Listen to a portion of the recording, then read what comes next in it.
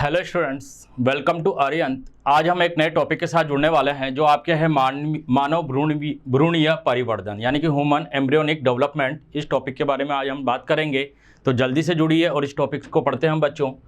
अगर हम बात करें कि पिछले अध्याय में हमने मानव जनन तंत्र की संरचना तथा नर एवं मादा युग्मकों के बनने व उनकी संरचना का अध्ययन किया है। बिल्कुल इसी अध्याय में हम निषेचन तथा भ्रूण के परिवर्धन के बारे में अध्ययन करेंगे, यानी कि इसमें निषेचन के बारे में और भ्रूण का परिवर्धन कैसे होता है इसके बारे में हम लोग अध्ययन करेंगे। तो सबसे पहले हम टॉपिक लिखते हैं, हमारा जो है भ्रूणीय परिवर्धन क्या होता है।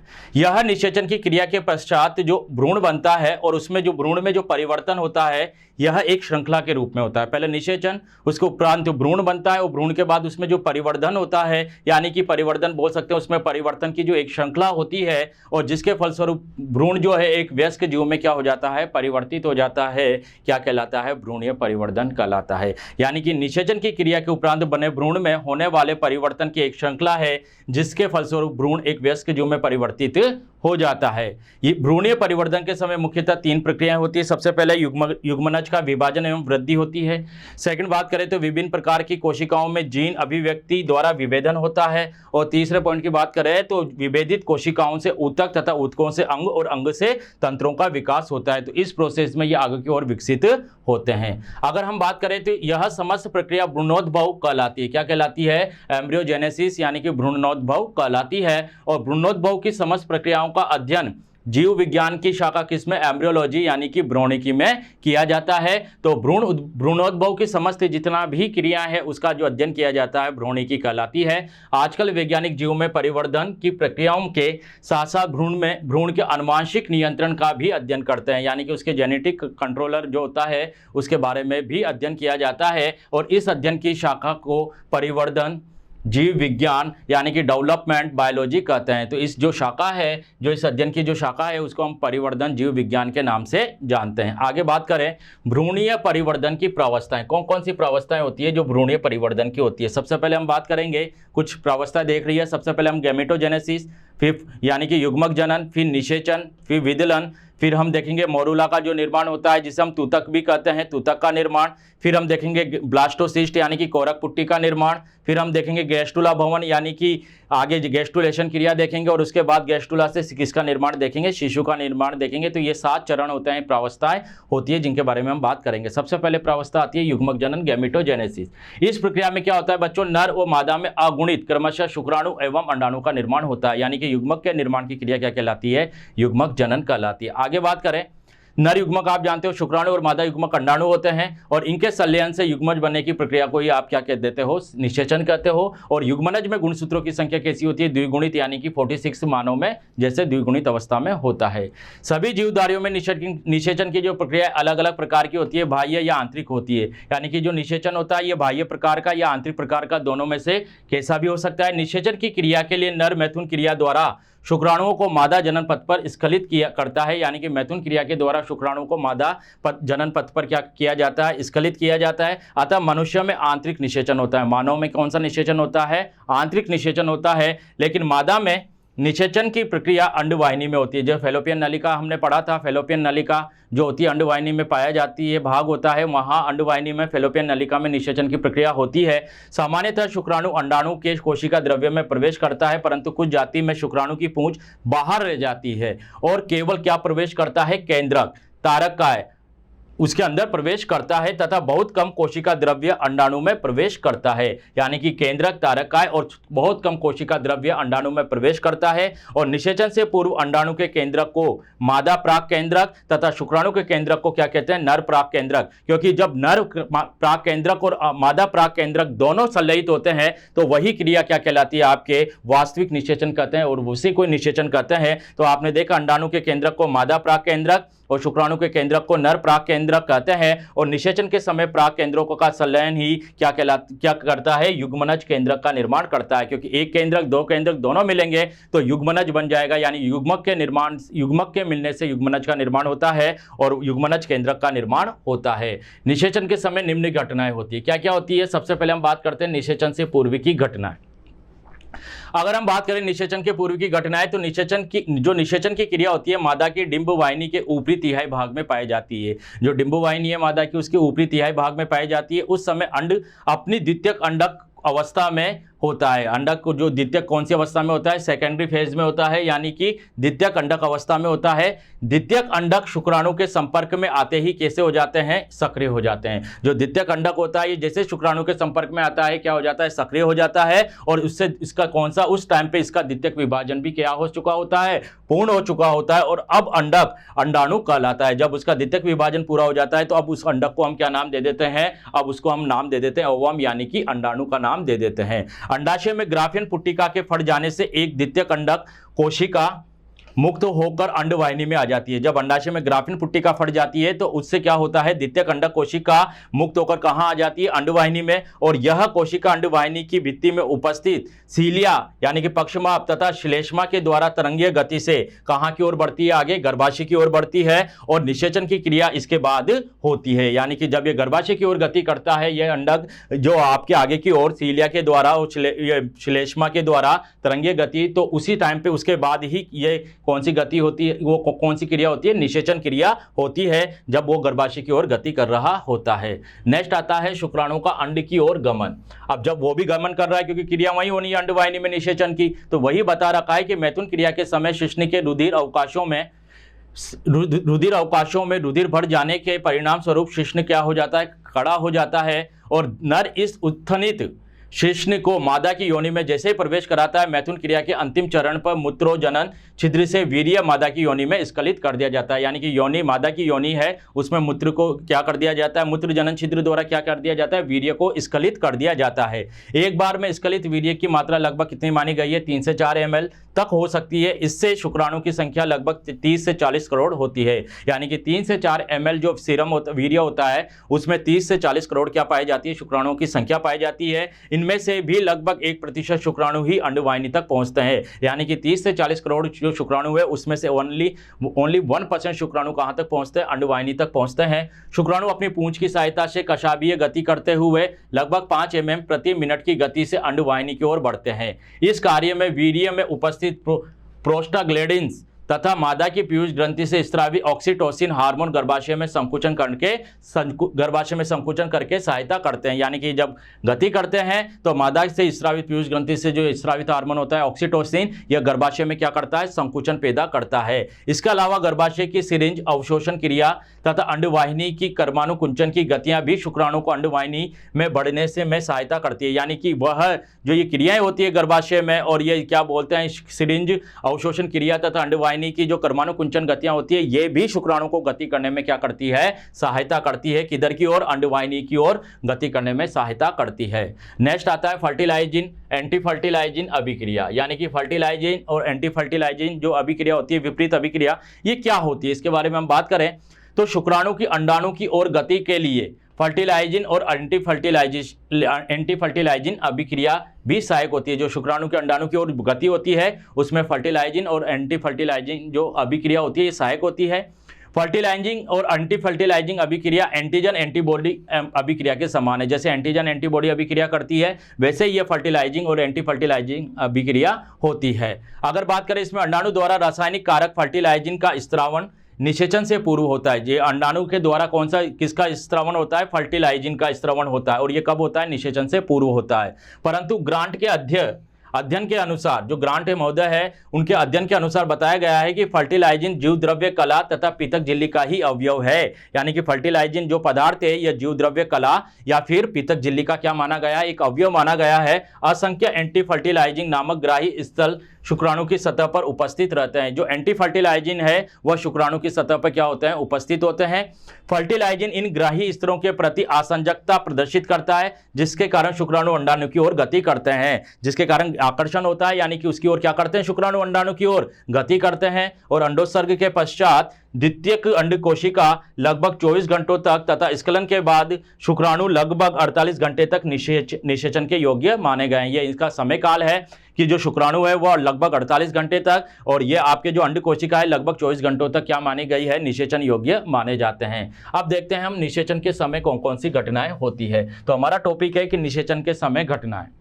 बात करते हैं कि मैथुन क्रिया के बाद नर के शुक्राणु मादा की योनि व गर्भाशय से होते हुए शीघ्र ही कहां चले जाते हैं? गर्भाशय नाल में पहुंच जाते हैं। कहां पहुंच जाते हैं? गर्भाशय नाल में पहुंच जाते हैं। परंतु शुक्राणु अपनी मूल दशा में अंडक का निषेचन नहीं कर सकते, यानी कि गर्भाशय नाल में पहुंच जाते हैं परंतु शुक्राणु जो अपनी मूल दशा है उससे क्या नहीं कर सकते? ये अंडक का निषेचन नहीं कर सकते, अंडक का जो है वह निषेचन नहीं कर सकते हैं। अतः निषेचन के योग्य होने के लिए इनमें कुछ परिवर्तन होते हैं। क्या क्या परिवर्तन होते हैं उसके बारे में हम बात करेंगे। तो यह निषेचन के योग्य होने के लिए क्या करते हैं? कुछ परिवर्तन करते हैं जिसे सामर्थ्य धारिता कहते हैं। क्या कहते हैं? जिसे सामर्थ्य धारिता, यानी कि अंडाणु को निषेचित करने के लिए शुक्राणु में जो परिवर्तन होते हैं वो क्या कहलाता है? सामर्थ्य धारिता कहलाता है। इसे हम इस प्रकार परिभाषित भी कर सकते हैं कि वह प्रक्रिया जिसके दौरान शुक्राणु की सतह पर उपस्थित पदार्थ मुख्यतः एक्रोसोम हटकर ग्राही पदार्थ का स्तर बन जाता है, सामर्थ्य धारिता कहलाता है। यानी कि एक्रोसोम के द्वारा ही जो ग्राही पदार्थ है वह एक्रोसोम हटकर वो क्या कर देता है? ग्राही पदार्थ का स्तर बन जाता है,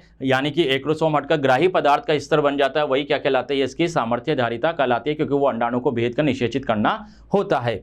इन परिवर्तनों के फलस्वरूप एक्रोसोम पर ग्लाइकोप्रोटीन स्तर तथा कोशिका कला की कुछ प्रोटीन हट जाती है, यानी कि एक्रोसोम के जो शेष भाग है वहां से ग्लाइकोप्रोटीन का स्तर व कोशिका कला की कुछ प्रोटीन है वो वहां से हट जाती है।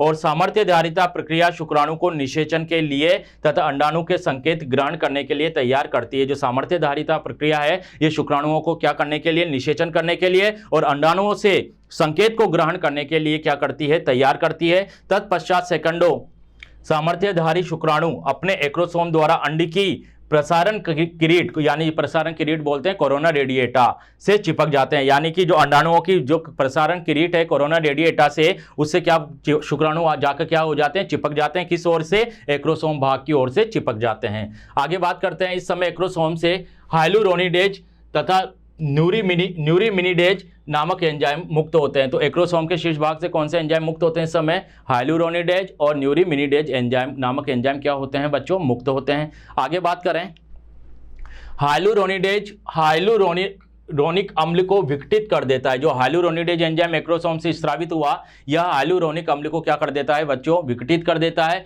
जो ग्राफिन पुट्टिकाओं में अंडाणुओं को घेरे हुए कोरोना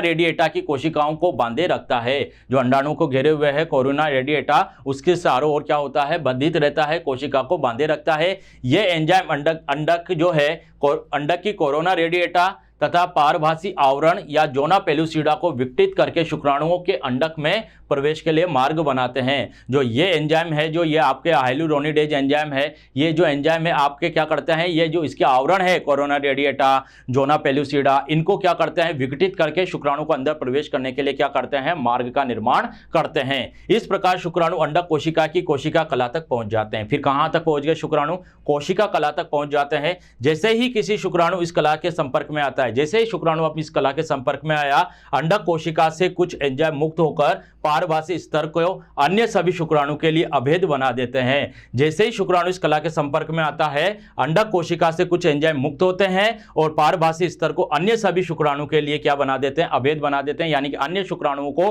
अंदर प्रवेश नहीं हो पाता, इसलिए उसको अभेद बना देते हैं। और सामान्यतः एक अंडक में केवल एक ही शुक्राणु प्रवेश करता है। सामान्यतः एक अंडक में कितने प्रवेश करते हैं? केवल एक ही शुक्राणु प्रवेश करते हैं। और निषेचन की यह प्रक्रिया एक शुक्राणुता कहलाती है या मोनोस्पर्मी कहलाती है। यानी कि एक शुक्राणु के प्रवेश करने के बाद अन्य कुछ शुक्राणुओं के लिए वो जो है झिल्लियां, आवरण है, वो प्रभेद हो जाता है, यानी कि निषेध मान सकते हैं, उसको अभेद हो जाता है। अर्थात वह एक बार में, यानी निषेचन की वह प्रक्रिया जो एक शुक्राणुता कहलाती है। कौन सी? कि अंडक में केवल एक ही शुक्राणु क्या करता है? प्रवेश करता है। कभी कभी कई शुक्राणु एक ही अंडक में प्रवेश कर जाते हैं, तो इसे फिर बहुशुक्राणुता या पॉलीस्पर्मी भी कहते हैं। कभी कभी ऐसी स्थिति आ जाती है कि एक से ज्यादा शुक्राणु प्रवेश कर जाते हैं, तो वह क्रिया आपके क्या कहलाती है? वह क्रिया आपके पॉलीस्पर्मी कहलाती है। आगे बात करें, जैसे कि एक से अधिक शुक्राणु के अंडक में प्रवेश करने से निषेचन झिल्ली के निर्माण तथा अंडक में होने वाली अन्य भौतिक रासायनिक अभिक्रिया अवरुद्ध हो जाती है। जब एक से अधिक शुक्राणु अंडक में प्रवेश कर जाते हैं तो निषेचन झिल्ली के निर्माण तथा अंडक में होने वाली जितनी भी भौतिक रासायनिक क्रिया है वह कैसी हो जाती है? अवरुद्ध हो जाती है। और सबसे पहला शुक्राणु कुछ प्रोटीन्स की अभिक्रिया के कारण अंडक कोशिका की कला के संपर्क में आने पर कला से चिपककर अंड कोशिका में क्या होता है? प्रवेश कर जाता है। और अंड कोशिका उत्तेजित होकर द्वितीय द्वितीय परिपक्वन विभाजन पूर्ण कर लेती है। जैसे जैसे वो उससे जुड़ता है कोशिका कला के बाद, वो जो पहला शुक्राणु है वह किसके संपर्क में, कोशिका के संपर्क में आने पर कला से चिपक गया, और कला से चिपक कर अंड कोशिका में क्या कर जाता है, प्रवेश कर जाता है। और जैसे अंड कोशिका में प्रवेश करता है उसका द्वितीयक जो समसूत्री विभाजन है, वह द्वितीयक परिपक्वन विभाजन, वो क्या हो जाता है, पूर्ण हो जाता है। अंडक भी अब कैसा हो गया, परिपक्व अंडाणु बन जाता है, क्योंकि अब जैसे द्वितीयक विभाजन पूर्ण हुआ, अंडक किसमें परिवर्तित हो गया, वह किसमें, परिपक्व अंडाणु बन गया। और इससे मादा प्राक केंद्रक होता है। इसमें क्या उपस्थित होता है, मादा प्राक केंद्रक होता है, तथा एक छोटी द्वितीय ध्रुवीय काय कोशिका बन जाती है। और एक तो मादा केंद्रक हो गया, प्राक केंद्रक, और एक छोटी सी द्वितीय ध्रुवीय कोशिका निर्मित हो जाती है। अब बात करते हैं शुक्राणु। शुक्राणु अंडाणु में सक्रिय ध्रुवीय के निकट से प्रवेश करता है। कहां से प्रवेश करता है, उसके सक्रिय ध्रुवीय के निकट से प्रवेश करता है। शुक्राणु का केवल शीर्ष और मध्य भाग ही अंडाणु में प्रवेश करता है। शुक्राणु का कौन सा शीर्ष तथा मध्य भाग ही किसमें प्रवेश करता है, अंडाणु में प्रवेश करता है। और शुक्राणु की पूंछ पीछे रहकर कट जाती है, यानी कि केवल उसका शीर्ष और मध्य भाग ही, यानी तारक काय आ गया मध्य भाग में, और शीर्ष में एक्रोसोम वो केंद्रक आ गया, और पूंछ वाला भाग है वो कटकर अलग हो जाता है। यानी कि शुक्राणु के केंद्रक मध्य भाग से अंडाणु में के प्रवेश के स्थान पर घुसता है, और वहीं पर 180 डिग्री कोण पर यह घूम जाता है। देखो वही बात आ गई, वहीं पर यह अपने 180 डिग्री कोण पर घूम जाता है। इस समय शुक्राणु का केंद्रक भी कुछ क्या हो जाता है, आकार में बड़ा हो जाता है। इसे हम क्या नाम दे देते हैं, नर प्राक केंद्रक। तो आपके पास यहां देखो मादा प्राक केंद्रक बन गया, और यहां पर आपके पास क्या बन गया, नर प्राक केंद्रक। अब मादा प्राक केंद्रक थोड़ा अपने पथ से खिसक कर नर प्राक केंद्रक की ओर आएगा, और नई दिशा की ओर यह गति कौन से पथ कहलाती है, मैथुन पथ कहलाती है। इस तरह से प्राक केंद्रकों के समेकन से एक द्विगुणित कोशिका बन जाती है, जो युग्मनज या निषेचित अंडाणु कहलाती है। जैसे नर केंद्रक, नर प्राक केंद्रक और मादा प्राक केंद्रक के मिलने से एक द्विगुणित युग्मनज का या जायगोट का क्या होता है बच्चों, निर्माण हो जाता है। आगे बात करते हैं निषेचन के बाद की घटनाएं। कौन कौन सी निषेचन के बाद की घटनाएं होती है, तो इसकी बात करें। निषेचन के पश्चात युग्मनज में क्या होता है, तीव्रता से कौन सा विभाजन प्रारंभ हो जाता है बच्चों, समसूत्री विभाजन प्रारंभ हो जाता है, तथा इसी समय अंडवाहिनी से गर्भाशय की ओर अग्रसर होने लगता है। इसी समय यह अंडवाहिनी से कहां की ओर जाने लगता है, क्योंकि अब रोपित होना है इससे निषेचित अंड को, अंडवाहिनी से गर्भाशय की ओर क्या होने लगता है, गति करने लगता है। और इसका परिवर्धन कहाँ होता है, फिर आगे जाकर गर्भाशय में होता है, क्योंकि 9 माह का समय वहीं तक व्यतीत करता है और वहीं पर परिवर्धन होता है। अब देखते हैं निषेचन का महत्व। निषेचन का क्या क्या महत्व है, देखो पहले 2 अगुणित युग्मकों के संलयन के फलस्वरूप बना युग्मनज गुणसूत्रों की संख्या को पुनः द्विगुणित करता है। नेक्स्ट है, शुक्राणु निषेचन क्रिया में अंडे के अंदर पहुंचकर अंडक कोशिकाओं को द्वितीयक परिपक्वन विभाजन के लिए क्या करती है, सक्रिय भी करती है, बिल्कुल करती है, तभी तो वो अंडाणु में परिवर्तित होंगे। नेक्स्ट है, युग्मनज के कोशिका द्रव्य में तीव्र रासायनिक परिवर्तन होते हैं, जिसके कारण अन्य शुक्राणु का प्रवेश क्या हो जाता है, अवरुद्ध हो जाता है, और इस प्रकार केवल एक ही शुक्राणु एक अंडाणु में क्या करता है, प्रवेश करता है। नेक्स्ट आता है, ध्रुवीय काय द्वारा अर्धसूत्री विभाजन के समय अंडाणु कोशिका में कोशिका द्रव्य की क्या हो जाती है, कमी हो जाती है, और यह कमी शुक्राणु के कोशिका द्रव्य द्वारा पूर्ण हो जाती है। तो ध्रुवीय काय के द्वारा क्या होता है, अर्धसूत्री विभाजन होता है, तो अंडाणु जो कोशिका में कोशिका द्रव्य की जो कमी हो जाती है, यह कमी शुक्राणु के कोशिका द्रव्य के द्वारा, क्योंकि वो थोड़ा बहुत कोशिका द्रव्य लाता है, तो उसके द्वारा ये कमी क्या हो जाती है, पूर्ण हो जाती है। नेक्स्ट है, अंड कोशिका का कोशिका द्रव्य वर्णक कणिकाओं में गति प्रारंभ कर देता है। जो अंड कोशिका का कोशिका द्रव्य है, यह वर्णक कणिकाओं में क्या कर देता है, गति प्रारंभ कर देता है, जो निषेचन पथ को क्या करता है, स्पष्ट करने में सहायता करता है। नेक्स्ट है, निषेचन के परिणाम स्वरूप अंडाणु तथा शुक्राणुओं से केवल एक एक तारकाय युग्मनज कोशिका में प्रवेश करता है। अंडाणु से भी और शुक्राणु में से भी केवल एक एक तारकाय कहाँ प्रवेश करता है, जायगोट यानी युग्मनज में प्रवेश करता है कोशिका में, जिसके कारण तर्कु बनना प्रारंभ हो जाता है। निषेचन युग्मनज में विदलन या भ्रूणीय विकास के लिए प्रेरित करता है। जो निषेचन है वह युग्मनज जो बना, आपके जायगोट जो बना, उसमें विदलन या भ्रूणीय विकास के लिए क्या करता है, उसे प्रेरित करता है। अलग अलग युग्मकों के संलयन से संतान में प्रेतक लक्षणों का समावेश होता है, जिससे आनुवांशिक विभिन्नताएं उत्पन्न हो जाती है, और विभिन्नताएं जैसे हो गई वो जैव विकास भी क्या होगा, आवश्यक होती है। जो विभिन्नताएं उत्पन्न होती है वो जैव विकास के लिए क्या मानी गई है, आवश्यक होती है। नेक्स्ट टॉपिक आता है आपके विदलन, यानी कि विभाजन बोल सकते हैं, क्लीवेज। निषेचन के लगभग 24 घंटे के पश्चात मानव युग्मनज में क्या हो जाती है, विदलन की क्रिया प्रारंभ हो जाती है। युग्मनज में होने वाले तीव्र जो समसूत्री विभाजन है उसको हम क्या कहते हैं, विदलन या विखंडन कहते हैं। इसमें बारंबार विभाजन से कोशिकाओं की संख्या तथा डीएनए की मात्रा में क्या होती है, वृद्धि होती है और विदलन का प्रारंभ अंडवाहिनी में ही होने लगता है। जो विदलन का प्रारंभ होता है वो कहाँ होता है? आपके अंडवाहिनी में। और युग्मनज में प्रथम समसूत्री विभाजन के फलस्वरूप कितनी कोशिकाएं बनेगी? 2। और विदलन द्वारा बनी यह संतति कोशिकाएं क्या कहलाती है? ब्लास्टोमियर या कोरखंड कहलाती है। यानी कि विदलन में जब समसूत्री विभाजन हो जाता है तो उसके द्वारा बनी कोशिकाएं क्या कहलाती है? कोरखंड कहलाती है। अब देखते हैं विदलन के प्रकार। नेक्स्ट टॉपिक आता है हमारे विदलन के प्रकार। विदलन को अंडाणु में उपस्थित यौग जो पीतक की मात्रा क्या करती है? प्रभावित करती है, क्योंकि पीतक निष्क्रिय और निर्जीव पदार्थ होता है। कैसा पदार्थ होता है? निष्क्रिय और निर्जीव पदार्थ होता है।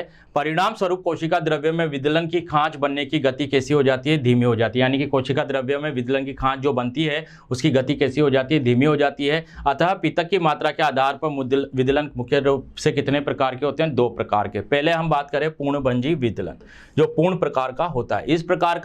इस प्रकार के अंडे 2 कोरखंडों में पूर्णतः विभाजित हो जाते हैं तथा यह समपीतकी व अल्पपीतकी अंडों को पाया जाता है। तो इस प्रकार के जो अंडे होते हैं वह 2 कोरखंडों में पूर्णतः विभाजित हो जाते हैं और यह समपीतकी और अल्पपीतकी अंडों में आपको देखने को मिलता है।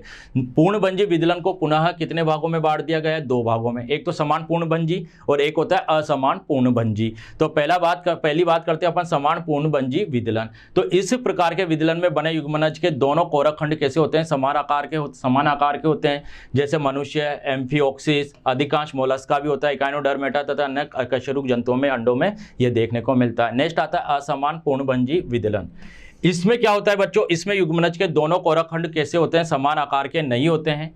अर्थात उसमें तो समान आकार के थे और इसमें समान आकार के नहीं होते हैं। एक छोटा कोरखंड तथा एक बड़ा कोरखंड होता है। जैसे उदाहरण देखते हैं मेंढक के युग्मनज में तीसरा विदलन। जो मेंढक का युग्मनज होता है उसमें तीसरा विदलन कौन सा? असमान पूर्णभंजी है। दूसरा आता है पूर्णभंजी के बाद अंशभंजी विदलन।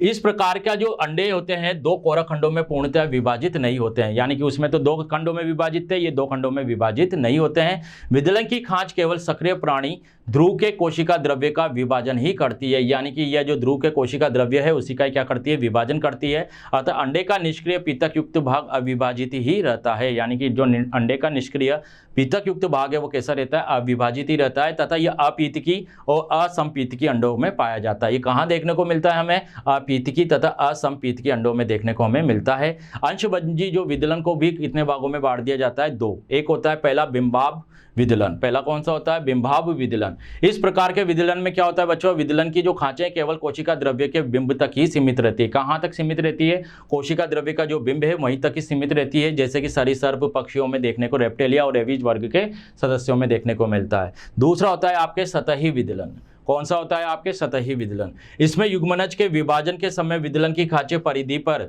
पीतक रहित कोशिका द्रव्य तक सीमित रहती है। इसमें क्या होता है बच्चों कि इसमें युग्मनज के विभाजन के समय विदलन की जो खांचे हैं परिधि पर ही पीतक रहित कोशिका द्रव्य तक सीमित रहती है। जैसे कीटों व अधिकांश मछलियों के अंडों में। ये कहाँ देखने को मिलता है? कीटों व अधिकांश मछलियों के अंडों में देखने को मिलता है। अब हम बात करते हैं विदलन और समसूत्री विभाजन में अंतर क्या है। विदलन का मतलब भी विभाजन और समसूत्री विभाजन देखते हैं, इन दोनों में अंतर क्या है।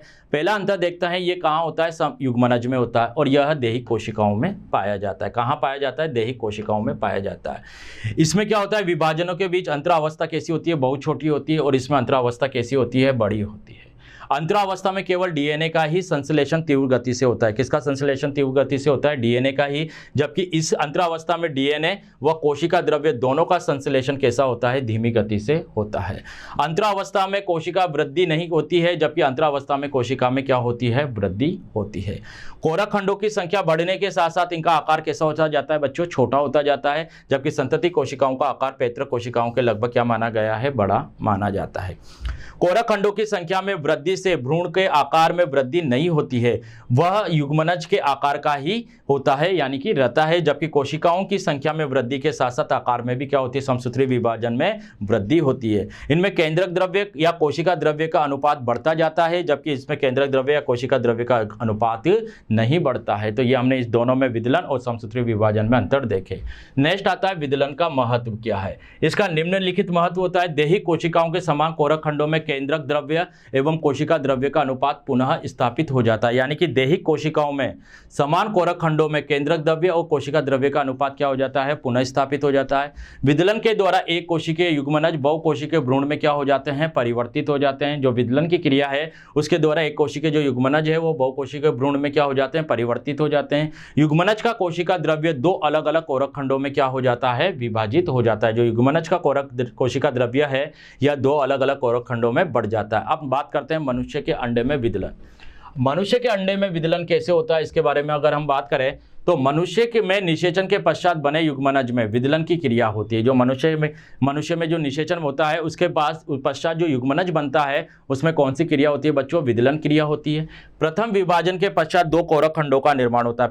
पहला विभाजन हुआ, कितने कोरक खंड बने, दो, लेकिन इसके आकार में किसी भी प्रकार की वृद्धि नहीं होती, लेकिन इसका आकार बच्चों बढ़ता नहीं है। और दूसरा विभाजन पहले विभाजन के किस पर होता है, 90 डिग्री पर होता है, यानी कि समकोण पर होता है, तथा युग्मनज चार समान कोरक खंडों में विभाजित हो जाता है। अब कितने बन गए कोरक खंड, चार। इन्हीं कोरक खंडों का लगातार विभाजन होता है, जैसे 2, 2 से 4, 4 से 8, 8 से 16। और जब 16 कोशिकीय की अवस्थाओं का निर्माण होता है तो ये कोरक खंड क्रमशः कैसे होते हैं, छोटे होते हैं। तो इस तरीके से अगर हम बात करें तो संपूर्ण प्रक्रिया में मादा की अंडवाहिनी में ही संपन्न होती है। जो पूरा प्रोसेस हो रहा है यह मादा की अंडवाहिनी में ही होता है। और मनुष्य का युग्मनज लगभग 0.1 mm व्यास का होता है। निषेचन के 1 घंटे बाद ही विदलन प्रारंभ हो जाता है। यानी कि जो निषेचन होता है उसके 1 घंटे के बाद ही क्या हो जाता है, विदलन प्रारंभ हो जाता है। और चौथे दिन की समाप्ति पर 4 बार समसूत्री विभाजन के फलस्वरूप 16 खंडों के गोल ठोस भ्रूण बन जाता है, जिसे अब क्या नाम देते हैं, मोरूला या तुतक नाम देते हैं। तो इस तरीके से आप देख सकते हो अंडे का निषेचन हुआ और युग्मनज का विदलन हुआ और भ्रूण का क्या हुआ, प्रारंभिक विकास तथा गर्भाशय में रोपण हो गया। तो इस तरीके से आपके इसके बारे में हम लोग अध्ययन करते हैं। कैसे पहले ये भ्रूण था, ये आगे जाके ये क्या हुआ, शुक्राणु इस पे आए, ये सॉरी युग्मनज वो था आपके अंडाणु के चारों ओर आपके शुक्राणु आ गए, शुक्राणु में से अंदर प्रवेश कर गए और अंदर प्रवेश करके युग्मनज का निर्माण हो गया। युग्मनज का निर्माण होते वहाँ पर विदलन प्रारंभ हुआ। विदलन होते पहले 2 कोशिकाएं बनी, फिर 4 कोशिकाएं बनी, फिर 8 कोशिकाएं बनी और फिर 16 कोशिकाएं बन गई। और 16 कोशिका आगे जाकर क्या हो गए, ठोस संरचना में बदल गई और ठोस संरचना ही आपके क्या कहलाती है, भ्रूण कहलाती है। इस तरीके से ये ठोस संरचना आपके मोरूला कहाँ पर स्थापित हो गई, भ्रूण कहलाती है, यानी कि मोरूला अवस्था। क्योंकि मोरूला अवस्था के बाद ब्रास्टुला ग्रेस्टुला अवस्थाएं भी आएगी। तो इस तरीके से ये आपके आगे की ओर परिवर्तित होते हैं। पहले हम पढ़ते हैं फॉर्मेशन ऑफ मोरूला यानी कि तुतक का निर्माण। आपने जो 16 खंड बनाए यानी कि 16 कोरक खंड की गोल एवं ठोस संरचना है। कितने खंडों की है, 16 कोरक खंडों की गोल और ठोस संरचना है। इसका आकार युग्मनज के समान ही होता है। किसके समान होता है, युग्मनज के समान ही होता है। इस अवस्था में जैसे ही प्रारंभ होता है भ्रूण प्रक्षमाभि क्रिया व पेशीय संकुचन द्वारा अंडवाहिनी के नीचे की ओर बढ़ने लगता है। जैसे ही इसका अवस्था में प्रारंभ होता है यह जो है नीचे की ओर अंडवाहिनी में नीचे की ओर पेशीय संकुचन के द्वारा बढ़ने लगता है। और ये जो मोरूला है यानी कि तुतक है, निषेचन के लगभग 4 से 6 दिन बाद कहाँ पहुँच जाता है, गर्भाशय में पहुंच जाता है। लगभग 4 से 6 दिन में कहाँ पहुंच जाता है, गर्भाशय में पहुंच जाता है। और विदलन की इस अवस्था में भ्रूण के चारों तरफ जोना पेलुसिडा का स्तर होता है। कौन सा स्तर होता है, जोना पेलुसिडा का स्तर होता है। और मोरूला के निर्माण के समय यानी कि तुतक के निर्माण के समय कोरक खंड में कोशिका द्रव्य की भी वृद्धि नहीं होती है। यानी कि तुतक के निर्माण के समय जो कोरक खंड है उसमें कोशिका द्रव्य की वृद्धि नहीं होती है, परंतु आनुवांशिक पदार्थ में क्या होती है, वृद्धि होती है। किंतु उसका जो आनुवांशिक पदार्थ है उसमें क्या हो जाती है, वृद्धि हो जाती है। इसमें 2 प्रकार के कोशिकीय स्तर होते हैं। पहले अगर हम बात करें तो बाह्य कोशिकीय स्तर, इनकी कोशिकाओं से पोष कोरक का निर्माण होता है। इनकी कोशिकाओं से किसका निर्माण होता है, पोष कोरक का निर्माण होता है, जो अपरा के निर्माण में भाग लेता है। अपरा जानते हो आप, प्लेसेंटा, जो शिशु भ्रूण और मादा को क्या करता है, संयोजित करने का कार्य करता है। तो इस तरीके से बाह्य कोशिकीय स्तर होता है। दूसरा होता है भीतरी कोशिकीय पिंड। यह कोशिकाओं का समूह होता है जो भ्रूण बीज कहलाता है। इससे ही भ्रूण के विभिन्न अंग बनते हैं। तो ये आप देख सकते हो, ये विभाजन 4, 8, 16 इस तरीके से ब्रास्टुला की भी विभिन्न अवस्थाएं हैं। पहले ब्रास्टुला गेस्टुला बना था ना, उसके बाद ये अवस्थाओं में विभाजित होता जाता है और ब्रास्टुला की अवस्था में होता हुआ विभिन्न अवस्थाओं से गुजरता है। तो इस तरीके से ब्रास्टुलेशन क्रिया होती है। नेक्स्ट है ब्लास्टोसिस्ट यानी कि कोरक पुट्टी का निर्माण। देखते हैं कैसे। गर्भाशय में पहुंचकर भ्रूण की कोशिकाएं गर्भाशय गुहा से स्रावित ग्लाइकोजन युक्त पोषक तरल पदार्थों का अवशोषण करने लगती है और इन पोषक तत्वों को गर्भाशय दुग्ध भी कहते हैं। यानी कि गर्भाशय में पहुंचकर भ्रूण की जो कोशिकाएं हैं गर्भाशय गुहा से स्रावित ग्लाइकोजन युक्त पोषक तरल पदार्थ का क्या करती है, अवशोषण, और इन पोषक तत्वों को हम क्या कहते हैं, गर्भाशय दुग्ध कहते हैं। यह जोना पेलुसिडा या पारभासी आवरण से भ्रूण के अंदर जाता है। यानी कि जो आवरण बना है जोना पेलुसिडा उससे के द्वारा ये कहाँ प्रवेश करता है, अंदर प्रवेश करता है। इसके पश्चात पोषण लेते हुए भ्रूण को 2 से 3 दिन तक परिवर्धन हो जाता है। इसके पश्चात जब पोषण लेते हुआ जो भ्रूण है उससे 2 से 3 दिन में क्या हो जाता है, परिवर्धन हो जाता है। अब भ्रूण के मोरुला यानी कि तूतक के बाह्य कोशिकीय स्तर व भीतरी कोशिका पिंड के मध्य इस पोषक द्रव से भरी हुई एक बड़ी गुहा बन जाती है। यानी कि अब मोरुला, जो ठोस मोरुला था, उसके बीच में किसका निर्माण हो गया, गुहा का निर्माण हो गया। और यह गुहा आपके क्या कहलाती है, ब्लास्टोसिल या कोरक गुहा कहलाती है। ये जो गुहा बनी मोरुला ठोस गेंद में वह गुहा क्या कहलाती है, आपके कोरक गुहा। और कोरक गुहा के विस्तार के कारण भीतरी कोशिकीय पिंड भ्रूण के एक ध्रुव की ओर सीमित होने लगता है। यानी कि जो आवश्यक जो भीतरी कोशिकीय पिंड था वह भ्रूण के एक स्तर की ओर क्या करता है, सीमित होने लगता है। और भ्रूण की यह प्रावस्था कोरक पुट्टी या भ्रूण कोरक या ब्लास्टुला कहलाती है। जब वो एक स्तर की ओर बढ़ता है तो यह अवस्था आपके ब्लास्टोसिस्ट यानी कि कोरक पुट्टी या भ्रूण तथा भ्रूण जो है वह क्या कहलाता है, कोरक या ब्लास्टुला कहलाता है।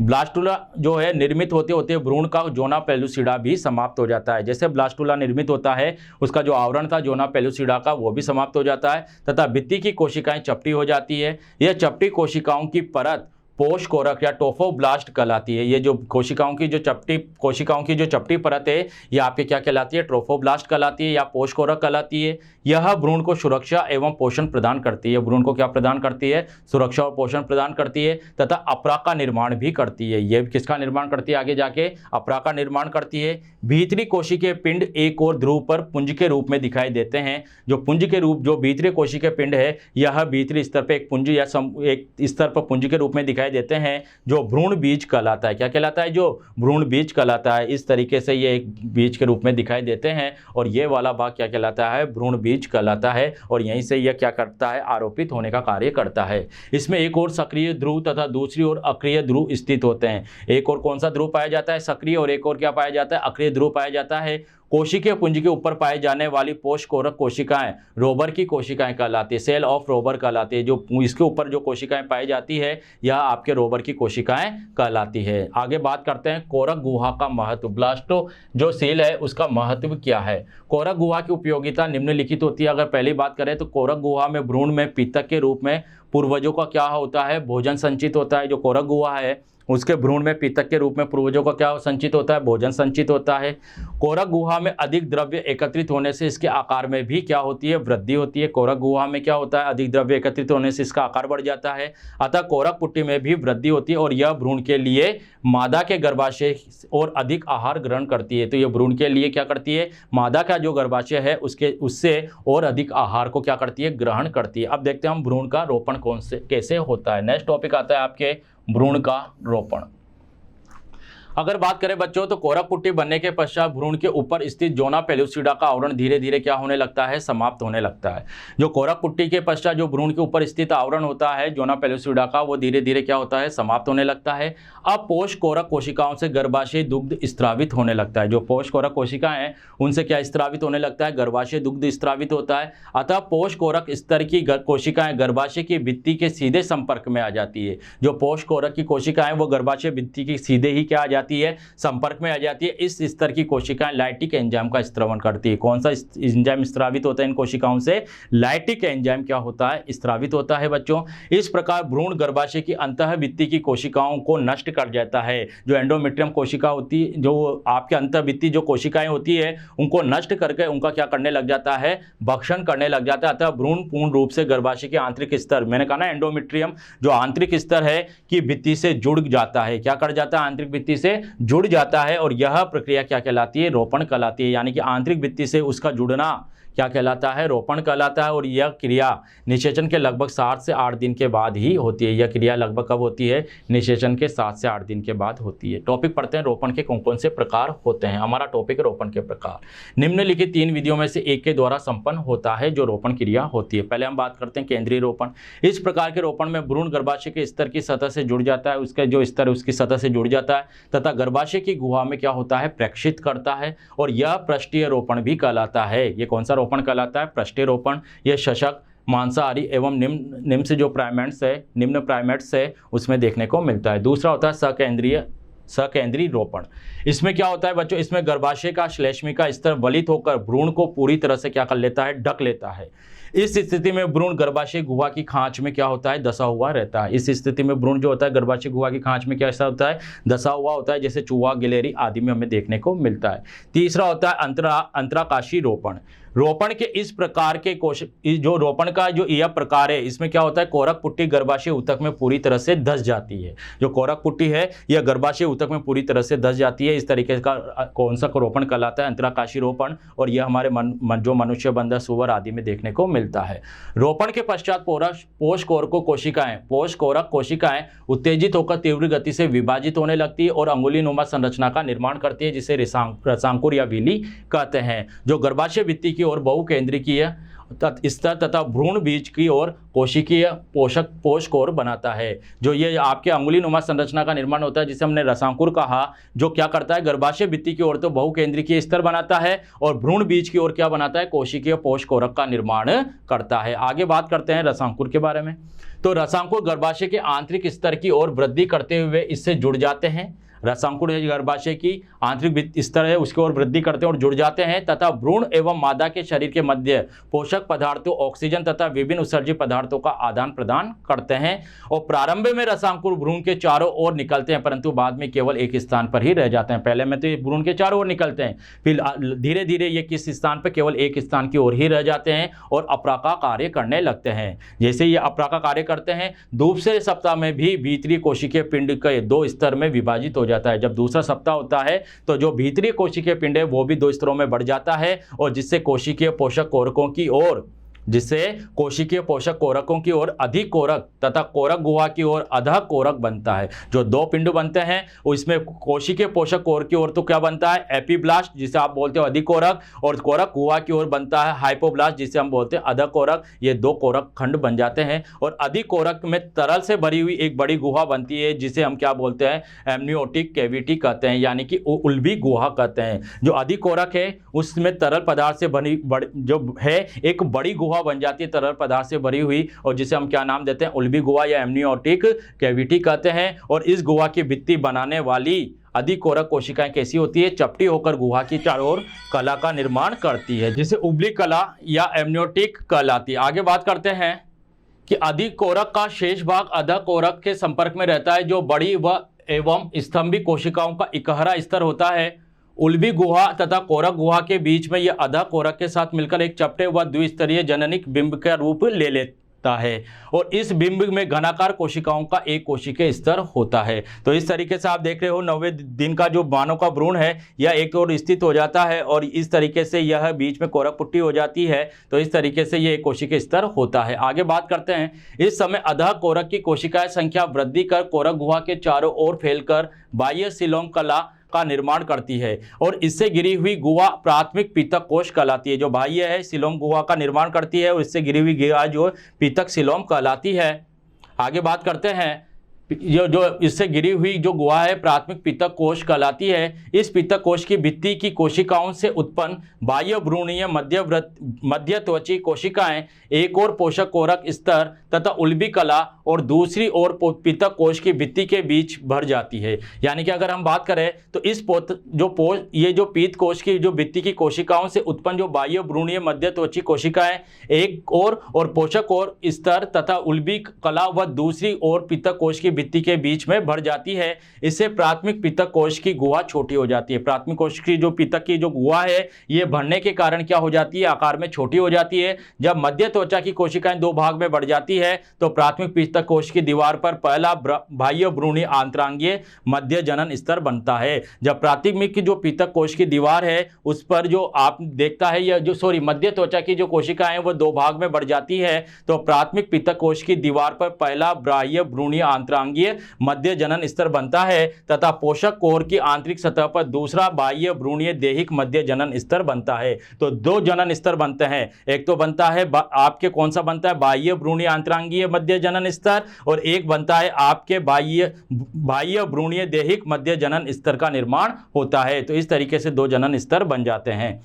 जननिक बिंब केवल एक स्थान पर से ही जुड़ा रहता है और इसे संयोजक ग्रंथि कहते हैं। इसे हम क्या नाम देते हैं, संयोजक ग्रंथि, जो बाद में नाभि रज्जु से बनाता है। बाद में जाके किसका निर्माण करता है, ये नाभि रज्जु का निर्माण करता है। संयोजक ग्रंथि बनने के बाद अधः कोरक की कोशिकाएं पुनः अपनी संख्या में क्या करती है, वृद्धि करती है, जिसे प्राथमिक पीत कोश की भित्ति आंतरिक स्तर पर फैलकर बहुत छोटा द्वितीयक पीत कोश बनाती है। जिसे प्राथमिक पीत कोश की जो भित्ति है वह आंतरिक वाली भित्ति है उस पर फैल जाती है और एक छोटा सा द्वितीयक पीत कोश का निर्माण करती है तथा शेष भाग कुछ समय के लिए बाह्य गुह्य पुट्टिका के रूप में बदल जाता है। तो इस तरीके से आप देख रहे हो ये अलग अलग है। मनुष्य के 13वें दिन में कोरक पुट्टी की विभिन्न भ्रूणीय कलाओं तथा बाह्य भ्रूण कलाओं का प्रवर्धन तथा माता के गर्भाशय में उसका रोपण। तो इस तरीके से ये कई सारी आवरण बन जाते हैं बाह्य और आंतरिक प्रकार का, और इसका माता के गर्भाशय में रोपण हो जाता है। नेक्स्ट टॉपिक पढ़ते हैं, रोपण व सगर्भता हार्मोन। जो रोपण और सगर्भता हार्मोन के बारे में अगर बात करें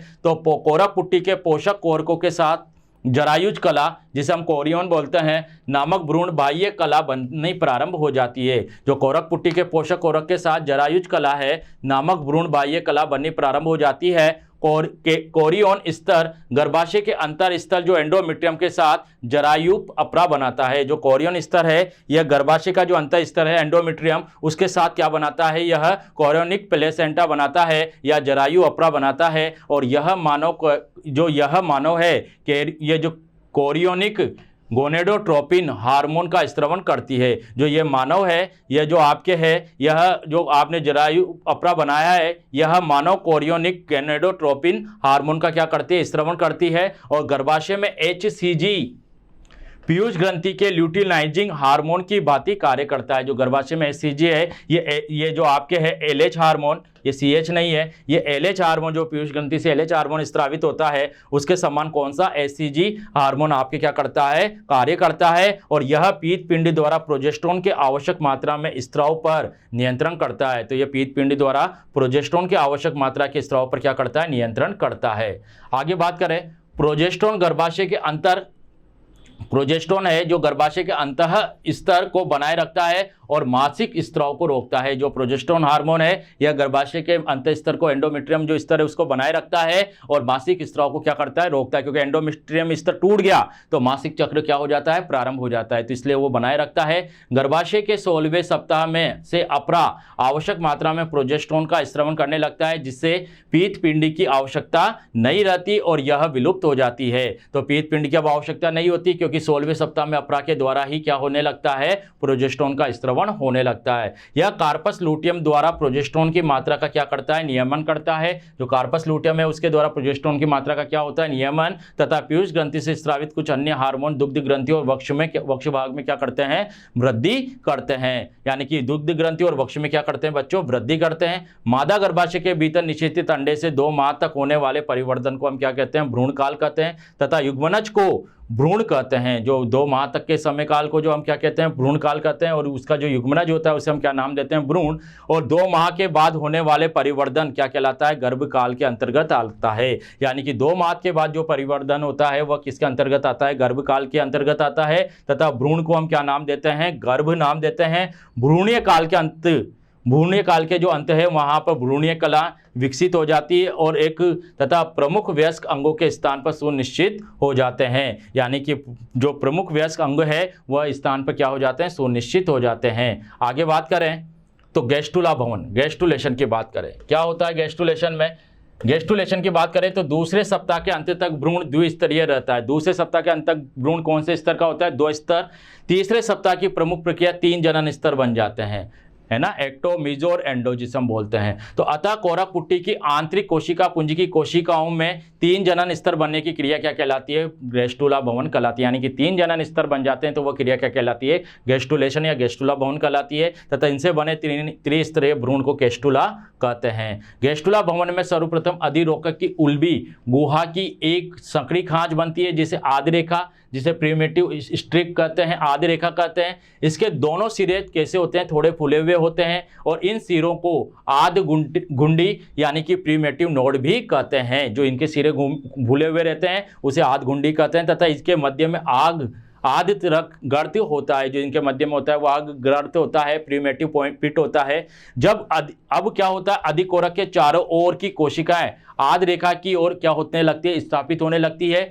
अतः अधकोरक तथा अधिकोरक के मध्य धंसने लगती है। किसके मध्य? अधकोरक और अधिकोरक के मध्य क्या होने लगती है? धंसने लगती है। अधकोरक अलग है और अधिकोरक अलग है, तो दोनों के मध्य क्या होने लगती है? धंसने लगती है, जिससे अंतर्वेशन क्रिया होती है। जो अंतर्वेशन होता है वह इसे कहते हैं कि जो अधकोरक और अधिकोरक के मध्य में धंसने की क्रिया जो है वह अंतर्वेशन कहलाती है। इनमें से कुछ कोशिकाएं अधकोरक की कोशिकाओं का स्थान लेकर भ्रूणीय अंतः त्वचा एम्ब्रियोनिक एंडोडर्म का निर्माण करती है और इससे अधकोरक धीरे धीरे क्या हो जाता है? समाप्त हो जाता है। कौन कोशिकाओं का निर्माण करती है? इनमें से कुछ अधकोरक की कोशिकाओं का स्थान लेकर भ्रूणीय अंतः त्वचा का निर्माण करती है और अधकोरक क्या हो जाता है? धीरे धीरे आपके समाप्त हो जाता है।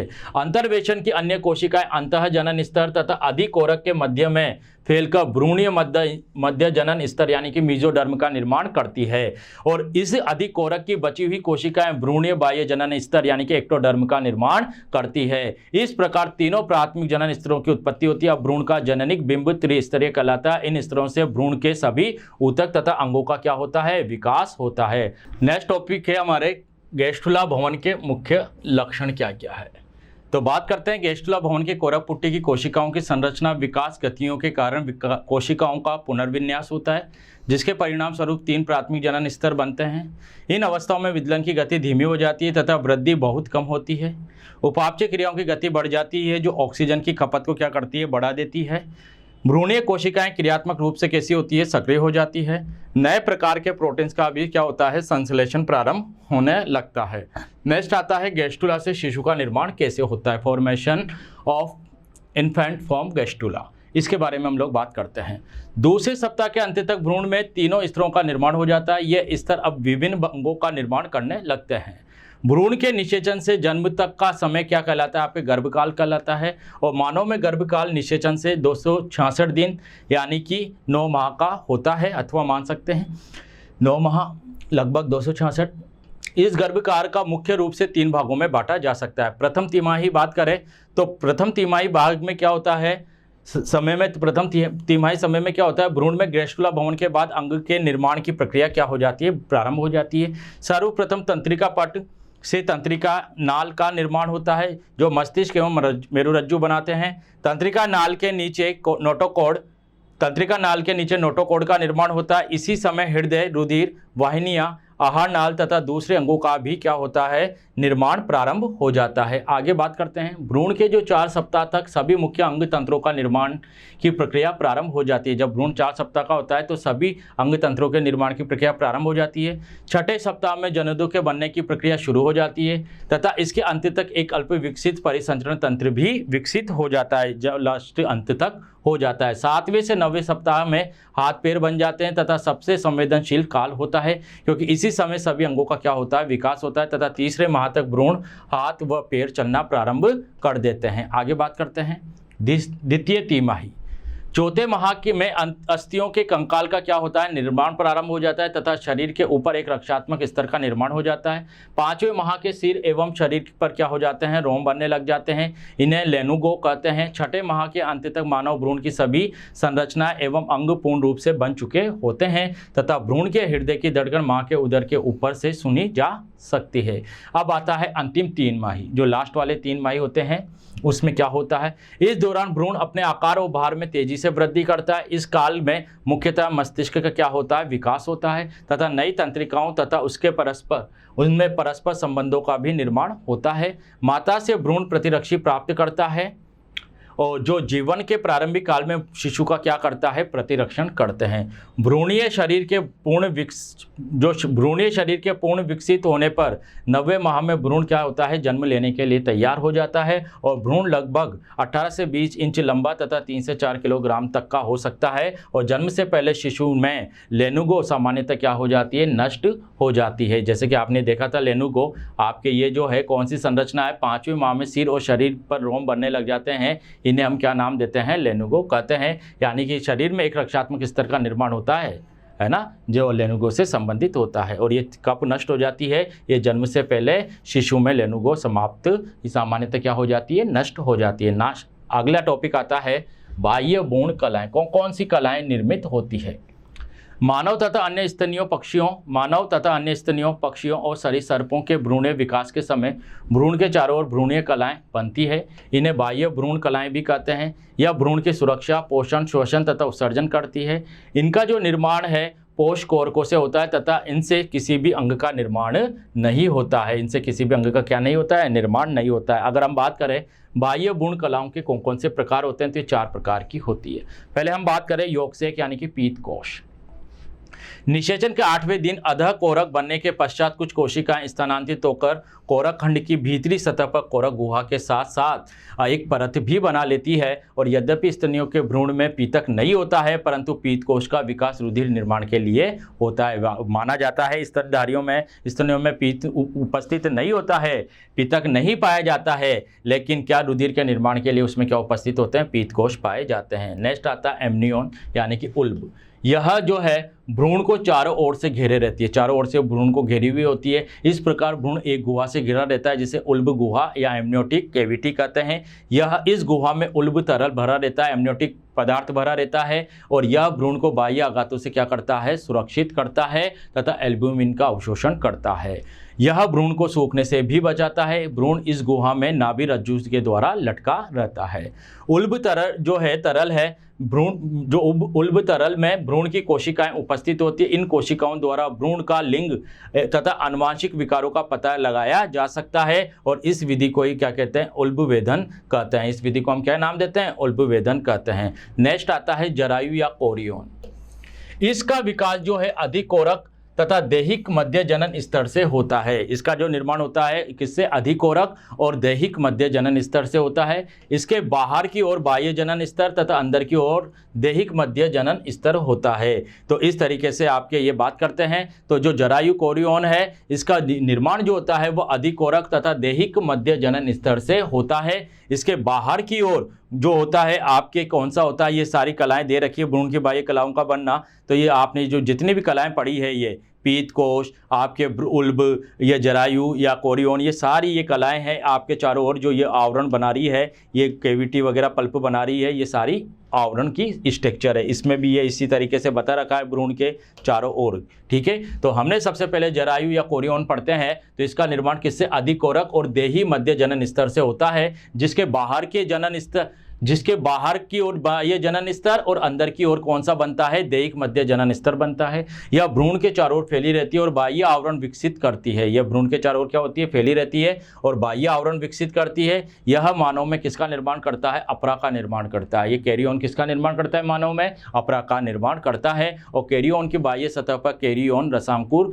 का विकास होता है। जो कैरियोन है उसके बाहर की ओर किसका विकास होता है? कैरियोन रसांकुर का विकास होता है, जो भ्रूण को पोषण, श्वसन तथा उत्सर्जन में सहायक करते हैं। यानी कि अपरा के द्वारा, इन रसांकुर के द्वारा इनमें क्या होता है? भ्रूण को पोषण, श्वसन तथा उत्सर्जन में सहायक होते हैं। आगे बात करते हैं अपरा पोशिका। यह भी एक प्रकार का बाह्य है।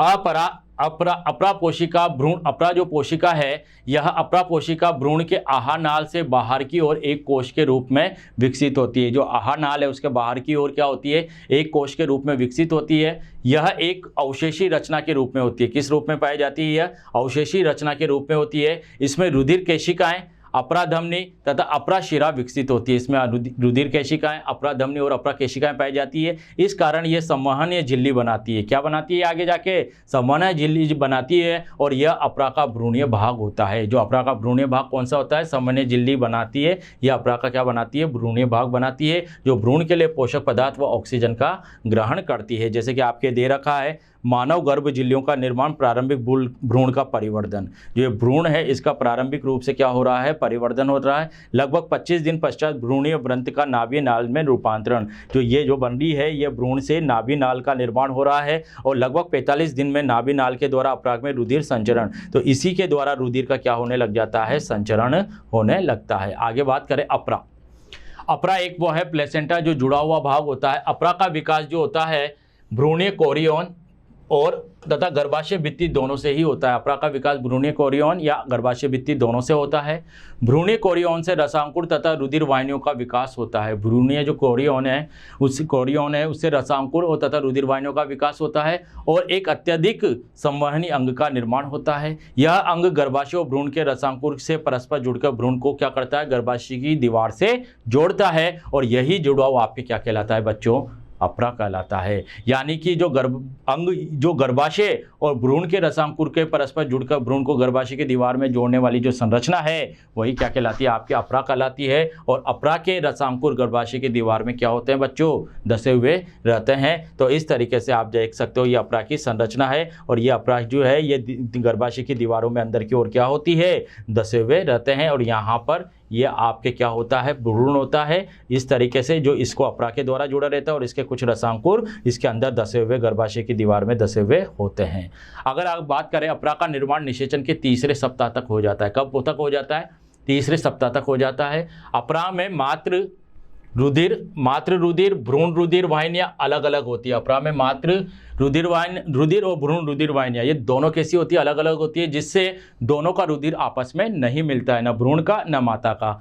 अपरा बनने के कुछ समय पश्चात अपरा तथा भ्रूण के बीच एक रज्जुक समान संरचना बन जाती है, जिसे हम नाभि रज्जु या नाभि नाल कहते हैं। तो कुछ समय पर अपरा बन जाता है, उसके कुछ समय पश्चात एक संबंध जैसी संरचना बन जाती है, जिसे जो किसके मध्य? अपरा तथा भ्रूण के बीच में बनती है और इसे एक क्या नाम देते हैं? एक रज्जु समान संरचना बनती है, जिसे हम क्या नाम देते हैं? नाभि रज्जु या नाभि नाल कहते हैं। यह नाभि रज्जु द्वारा गर्भ का उदर अपरा से जुड़ा रहता है। जो गर्भ का उदर है वो अपरा से जुड़ता है। किस रज्जु के द्वारा? नाभि रज्जु के द्वारा। तो अपरा ह्यूमन कोरियोनिक गोनेडोट्रोपिन, जो ह्यूमन कोरियोनिक गोनेडोट्रोपिन और ह्यूमन प्लेसेंटर लैक्टोजन या जो ह्यूमन प्लेसेंटर लैक्टोजन और एस्ट्रोजन प्रोजेस्टेरोन हार्मोन स्रावित करते हैं। तो ये जो अपरा है यह HCG व HPL एस्ट्रोजन और प्रोजेस्टेरोन हार्मोन स्रावित करती है। ये जो आपके HCG है ये जो आपके ह्यूमन कोरियन गोनेडोट्रोपिन हार्मोन है कि उच्च स्रावित मात्रा से एस्ट्रोजन और प्रोजेस्टेरोन का संश्लेषण उद्दीपित होता है। यानी कि HCG की मात्रा से एस्ट्रोजन और प्रोजेस्टेरोन का संश्लेषण होता है। मनुष्य में अपरा हिमोकोरियल तथा मेटाडिस्कोइडल प्रकार की होती है। जो मनुष्य में अपरा है वो किस प्रकार की होती है? हिमोकोरियल और मेटाडिस्कोइडल प्रकार की होती है। अपरा का आकार बिंबाकार होता है और यह लगभग 18 सेंटीमीटर व्यास की व 4 सेंटीमीटर मोटी होती है। यह नाभि रज्जु द्वारा भ्रूण से जुड़ी रहती है। अगर आगे बात करें तो अपरा कितने प्रकार के होते हैं? 2 प्रकार के। पहला आता है गर्भ अपरा, यह भ्रूण की कोरियन रसांकुर से बना होता है। दूसरा आता है मात्रक अपरा, यह भाग माता के गर्भाशय की भित्ति का बना होता है। मात्रक व तथा गर्भ अपरा एक दूसरे के सीधे संपर्क में नहीं होते हैं।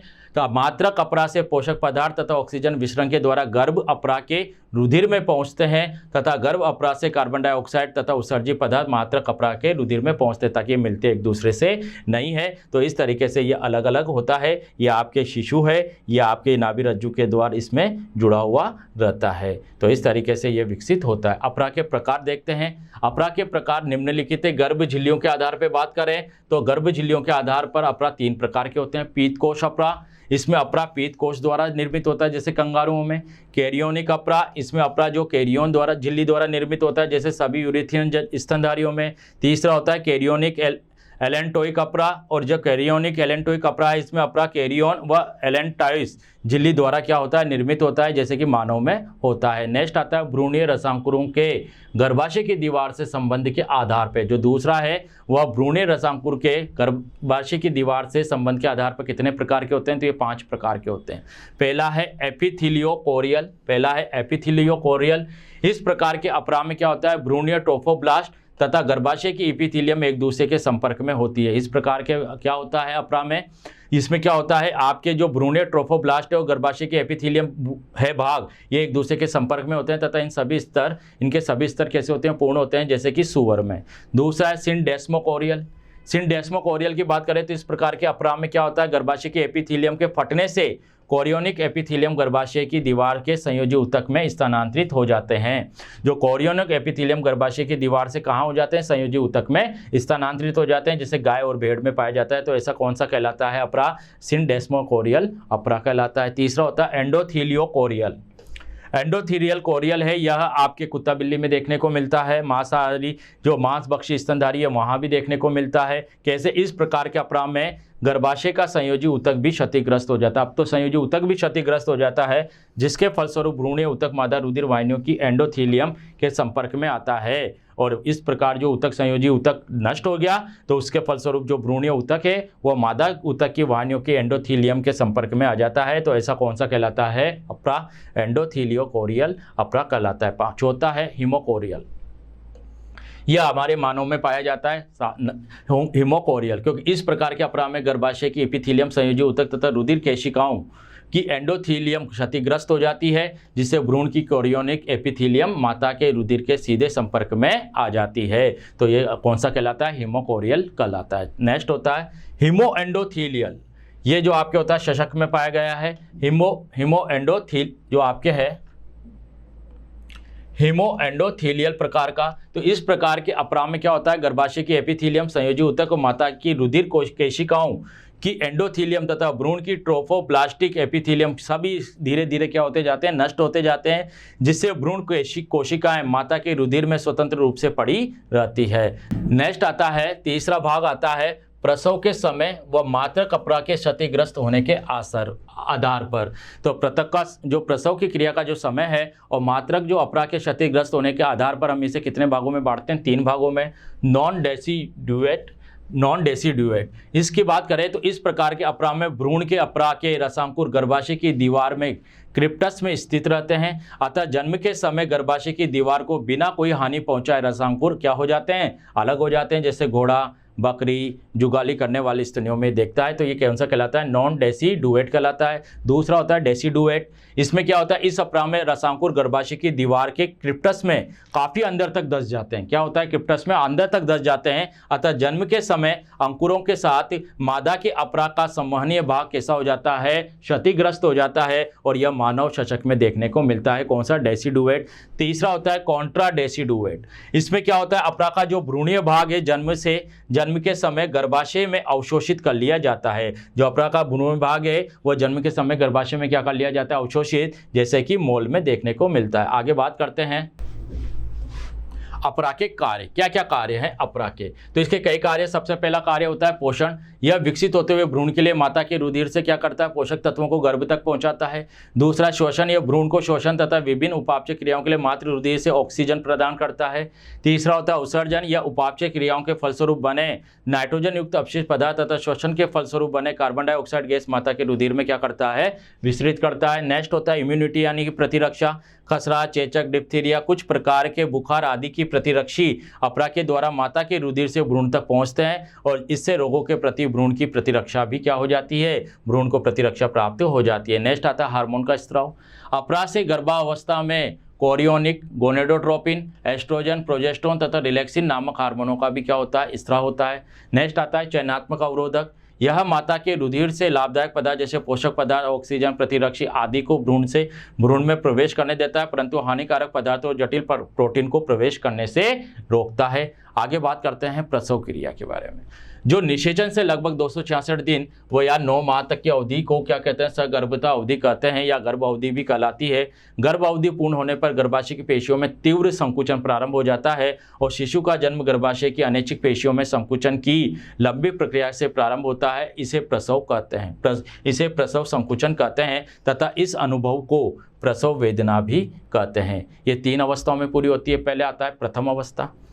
यह अवस्था प्रत्येक 30 मिनट या इससे अधिक समय में पुनरावृत्ति होती है। फिर ये तरंग गतियाँ व शीघ्र होने लगती है। इस समय गर्भाशय की गिरवा लगभग 10 सेंटीमीटर तक फैल जाती है और प्रसव की यह अवस्था सर्वाधिक लंबी होती है जो लगभग 8 से 24 घंटों तक चलती है।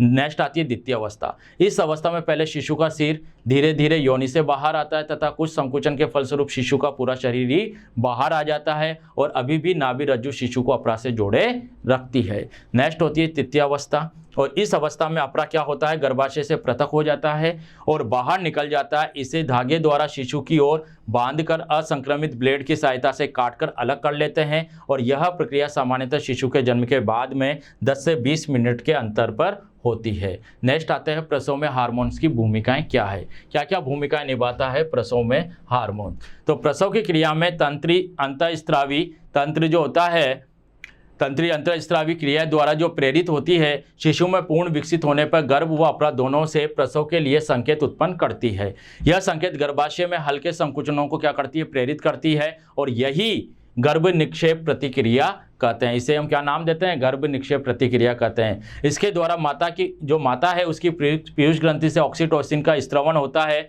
ऑक्सीटोसिन की जो क्रिया होती है वो सक्रिय होती है जिससे गर्भाशय में तीव्रता से क्या होने लग जाता है, संकुचन, क्योंकि ऑक्सीटोसिन है यह गर्भाशय में संकुचन को प्रारंभ करता है। यह संकुचन निरंतर बढ़ता रहता है और परिणाम स्वरूप शिशु के गर्भाशय से बाहर निकलने की क्रिया होती है जिससे शिशु का जन्म या क्या कहते हैं, प्रसव कहते हैं। पीत पिंड से स्रावित रिलैक्सिन प्रसव, जो पीत पिंड से स्रावित होता है हार्मोन, वह रिलैक्सिन जो हार्मोन है प्रसव के समय गर्भाशय ग्रीवा तथा श्रोणि मेखला के स्नायु को शिथिल करता है जिससे प्रसव के समय शिशु को जन्म लेने में आसानी रहती है। यानी श्रोणि मेखला भाग को क्या करता है, यह फैलाता है कौन, रिलैक्सिन हार्मोन, जिससे शिशु को जन्म लेने में सहायता होती है। अब लगभग 28 से 35 दिन में गर्भाशय अपनी पूर्ववत अवस्था में वापस आने लगता है। नेक्स्ट आता है दुग्ध स्त्रवण, लैक्टेशन। इसके बारे में हम पढ़ते हैं। सगर्भता के समय माता में प्रोजेस्टेरोन व एस्ट्रोजन हार्मोन के प्रभाव से स्तन ग्रंथियों में कई प्रकार के परिवर्तन होते हैं जिससे इनमें वृद्धि होने लगती है और वक्ष जो है बड़े आकार के हो जाते हैं। प्रोलैक्टिन हार्मोन के प्रभाव से शिशु के जन्म के 24 घंटे के अंदर दुग्ध का स्त्रवण प्रारंभ हो जाता है। माता की स्तन ग्रंथियों वक्ष से शिशु के जन्म के पश्चात दुग्ध का स्त्रवण दुग्ध स्त्रवण कहलाता है। यह नवजात शिशुओं का पूर्ण आहार होता है क्योंकि यही भोजन के रूप में ग्रहण करते हैं, आहार के रूप में ग्रहण करते हैं नवजात शिशु। दुग्ध स्रवण के प्रारंभिक कुछ दिनों तक गाढ़ा पीले रंग का दुग्ध निकलता है। इसे प्रथम स्तन्य या खीस कहते हैं। इसमें उपस्थित प्रतिरक्षी नवजात शिशुओं के प्रतिरोधक क्षमता उत्पन्न करता है। आगे बात करते हैं दुग्ध में प्रोटीन जो कैसिन और लैक्टल प्यूमेन, वसा, शर्करा, लैक्टोशर्करा, विटामिन, खनिज लवण तथा जल होता है। इसमें विटामिन सी तथा लोह की बहुत कम मात्रा होती है। दुग्ध में उपस्थित लाइसोजाइम जीवाणु रोगाणु को क्या करते हैं, नष्ट करते हैं। इसलिए दुग्ध असंक्रमित रहता है तथा दुग्ध स्रावित माता एक दिन में लगभग 1 से 2 लीटर दूध उत्पन्न करती है।